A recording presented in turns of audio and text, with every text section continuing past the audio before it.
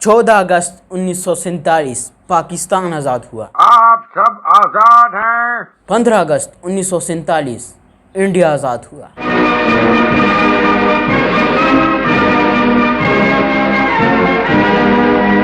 لیکن اصل کہانی صرف ان دو تاریخوں کی نہیں ہے، بلکہ 300 سال پرانی سازشیں، جنگوں اور سیاسی فیصلوں کی کہانی ہے۔ آخر انگریز ہندوستان تک کیسے پہنچے؟ ایک تجارت کمپنی دنیا کی سب سے طاقتور حکومت کیسے بن گئی؟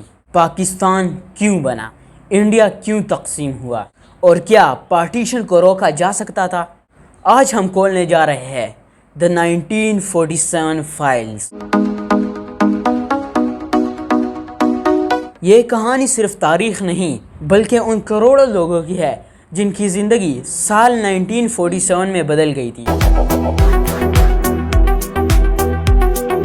ہندوستان جب آزاد نہیں تھا، 17ویں سینچری سے پہلے ہندوستان دنیا کا سب سے امیر علاقوں میں شمار ہوتا تھا۔ یہاں کے کپڑے، مسالے، سونا اور دستکاری دنیا بھر میں مشہور تھی۔ یورپ کے تاجر ہندوستان کی دولت دیکھ کر حیران رہ جاتے تھے۔ ہر ملک چاہتا تھا کہ اس کا تجارت کا راستہ ہندوستان تک پہنچ جائے۔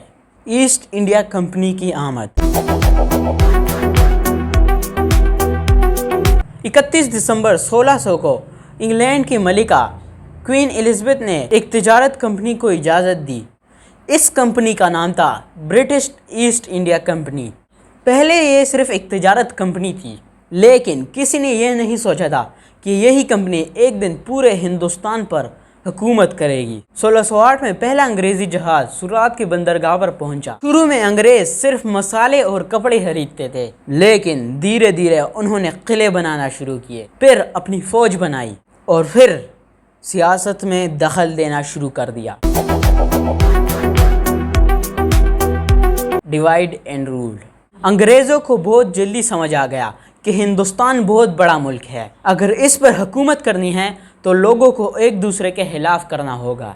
اس پالیسی کے بعد میں ڈیوائیڈ اینڈ رول کے نام سے جانا گیا۔ ڈیوائیڈ اینڈ رول، جہاں اگر ضرورت ہوتی تو ایک ریاست کا ساتھ دیتے اور دوسرے کے خلاف کھڑے ہو جاتے۔ اس طرح دھیرے دھیرے انہوں نے اپنا اثر ہندوستان میں پھیلا دیا۔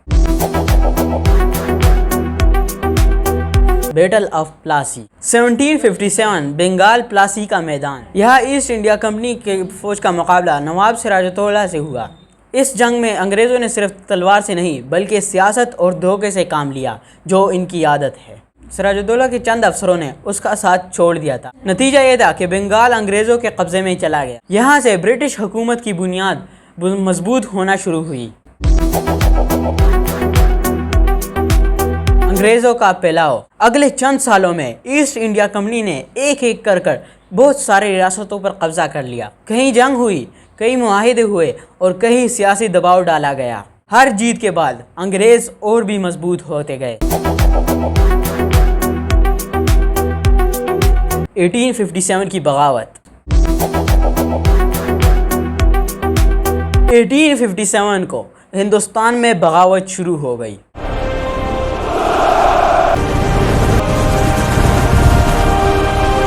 سپاہیوں نے بغاوت کر دی۔ دلی، کانپور، لکھنؤ اور کئی دوسرے شہروں میں جنگ شروع ہو گئی۔ بہادر شاہ ظفر کو باغیوں نے اپنا لیڈر تسلیم کیا، لیکن کئی مہینوں کے بغاوت کے بعد انگریزوں نے لڑائی کو دبا دیا۔ 1857 کے بعد ایسٹ انڈیا کمپنی کا دور ختم ہو گیا۔ اب سیدھی برٹش کراؤن نے ہندوستان کا کنٹرول سنبھال لیا اور یہاں سے برٹش راج کا اصل آغاز شروع ہوا۔ 1857 کی بغاوت ختم ہو گئی، لیکن آزادی کی چنگاری بجھی نہیں۔ اگلے 90 سال میں ایسے رہنما پیدا ہوئے جنہوں نے برٹش امپائر کی جڑیں ہلا دی۔ وہ کہتے ہیں نا، ہر فرعون کے لیے موسیٰ ضرور پیدا ہوتا ہے۔ Sir Syed Ahmad Khan, Indian National Congress, All India Muslim league,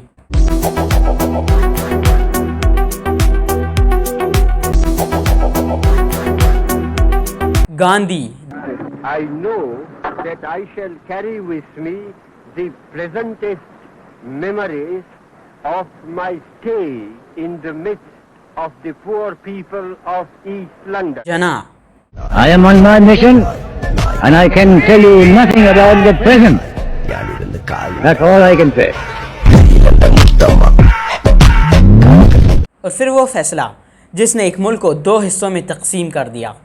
لیکن سوال اب یہ ہے کہ یہ سب کیسے ہوا؟ یہ ہم جانیں گے ایپیسوڈ 2 میں. سبسکرائب.